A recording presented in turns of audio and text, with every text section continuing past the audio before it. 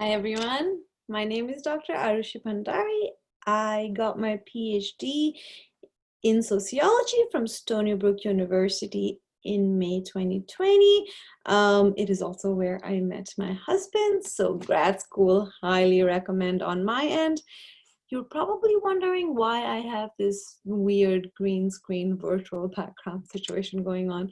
I'm actually recording this from my home and my room is a little bit messy. So let's just pretend that there isn't weird video recording stuff going on here. All right, introduction. So who am I? That's the question of the day. Just like anyone else, I carry multitudes within myself. I am a student, I am a wife, I'm a runner, I'm a scientist, but above all else, I am a teacher and I am here to teach you what I know about society based on scientific investigation and scholarly pursuits. I know this is a very chaotic time, which oddly I am quite used to. I grew up in Nepal, and if you don't know where that is, you should because you're in college now, so look it up. It's a tiny country between India and China, and that's where Mount Everest is actually located. So I grew up in Nepal in a very, very chaotic time. I moved here when I was 18 for college. So when I was growing up, we had a decade-long Maoist civil war in Nepal. So everything was conflict. There was so much chaos around us. And in fact, in 2001, when I was 11 years old, we had a royal massacre, and you can also look into this. We used to be a monarchy back then, and now we're a democracy, I suppose. We'll probably talk in this class about, well, in the media class at least, about how I feel about democracies and how they're represented by the media. But let's not get ahead of ourselves. All right. So yeah, we had the royal massacre when I was growing up when I was 11. And as a result of that, since it was such a shocking event to my country and my people, the government instated a 2 to 3 month long curfew, which was a little bit similar to the quarantine we had now, but a little bit more intense. So when COVID-19 first broke out, a lot of us had to retreat indoors and stay in quarantine and only leave to get groceries and so forth. During the curfews that we had when I was 11, you could not leave except at certain designated hours to go for grocery shopping. And if you left, then trigger warning, you were liable to being shot by the police. So somebody in my neighborhood was actually shot for leaving their house. And so, when the quarantine happened, I was like, whoa, this is actually quite triggering in terms of collective memory for me because, again, I grew up amidst a lot of chaos. So oddly, I'm quite well equipped to handle these like major transitions that have occurred in this really bizarre year. In the Western world, I mean, globally, but especially here, right? People were not used to a lot of the ways in which things have changed past COVID-19. For me, it's been an interesting thing to observe because, again, like chaos is something that I am very used to, and that's very unfortunate.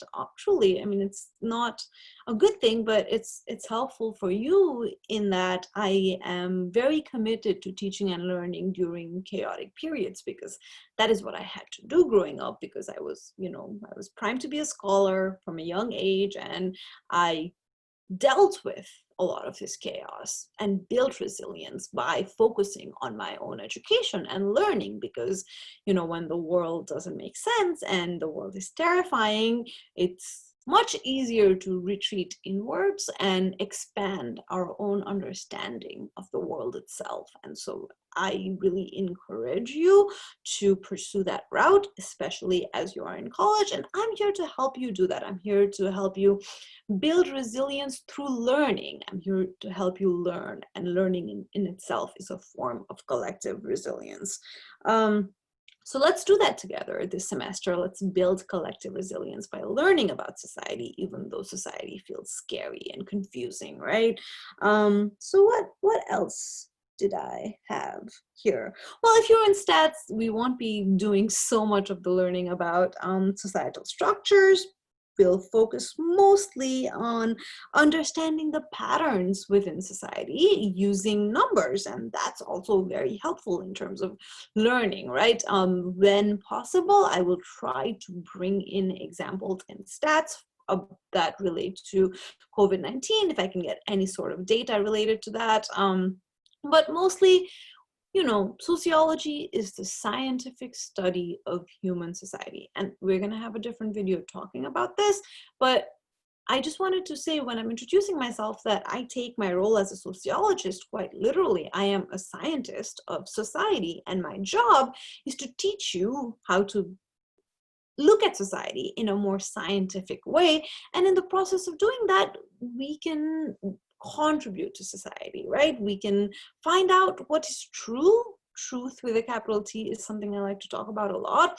We can find out what is true, and we can use that knowledge to build upon what is already there to create a better world. And you know, that's not something any individual can do, but collectively as a society, we created what we have now, and we can create something else. And in order to do that, in order to build a better society, we need to really, really, really understand this one very well. And I'm going to help you try to do that. Either this semester, I'm teaching mass media and society and statistics. So I'll either help you do that by viewing society through the lens of the media, online and offline, or I'm going to teach you how to investigate the patterns that exist in society and enumerate them so that we can tell ourselves stories about society that are true. I mean, when you think about stats, you might be afraid of, you know, the calculations and the numbers and the so forth. Forget about all that. All we're doing is we are trying to find the truest stories about social relationships and social patterns using numbers. And that's what social statistics is about. And in the media class, we will definitely have a lot of fun trying to break down how the media tells us stories about society. And so through the process of all of this, we are trying to get closer and closer to truth with a capital T, which is my job as a scientist and an investigator and a teacher. All right. So either way, some of the topics in sociology might be triggering or uncomfortable. That is the nature of the world we live in. It is a violent and chaotic world. So I will try my best to give you a warning, a content warning or a trigger warning, but consider this a general trigger warning for the whole class, because sociology is going to constantly force us to grapple with the inequalities that exist in society, which can be difficult, especially if we occupy positions of privilege. It can be really difficult to grapple with the social realities, right? But that's what we're here to do. That's what we're here to learn. I don't know if any of you have seen Midnight Gospel on Netflix. It came out last year. I find it to be really wonderful and quite profound. And they said something there that I really like to think about when I'm thinking about teaching sociology or learning anything. So this idea of meeting reality on reality's terms, right? How do we know what is true? We need to accept society, social reality as it is, and then we can start to unpack all of its baggage and so forth. We have to meet reality on reality's terms. All right. But in spite of the fact that, you know, sociology is challenging and triggering and hard, it can be emotionally difficult sometimes. In spite of that, we are going to try to have fun this semester. How can we have fun when the world is in chaos and we are literally studying this chaotic world and society? You'll see. We're going to see. The ultimate answer to the question of who am I, which is what this video is supposed to be, is that I'm a utopian, which might surprise you considering the history of my life that I just provided to you, considering that conflict has been at the center of my life for majority of it, right? I am still a utopian. And what do I mean by that? I believe that people are inherently good. Ultimately, all human beings have the capacity for good. And collectively, I believe that we are capable of reorganizing society to work a whole lot better for everyone than it is right now, because we are good and we have the desire and the ability. Of course, there are, issues of social inequality and positions of privilege and people that don't recognize their roles in perpetuating systems of inequality and so forth. But individuals are all trying pretty hard, trying their best. So because of that, I think, we created this mess of a society that we have right now.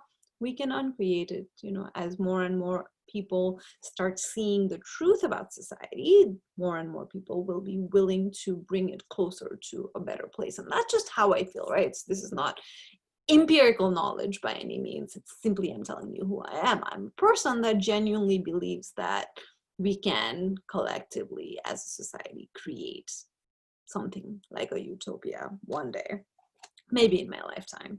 Let's see.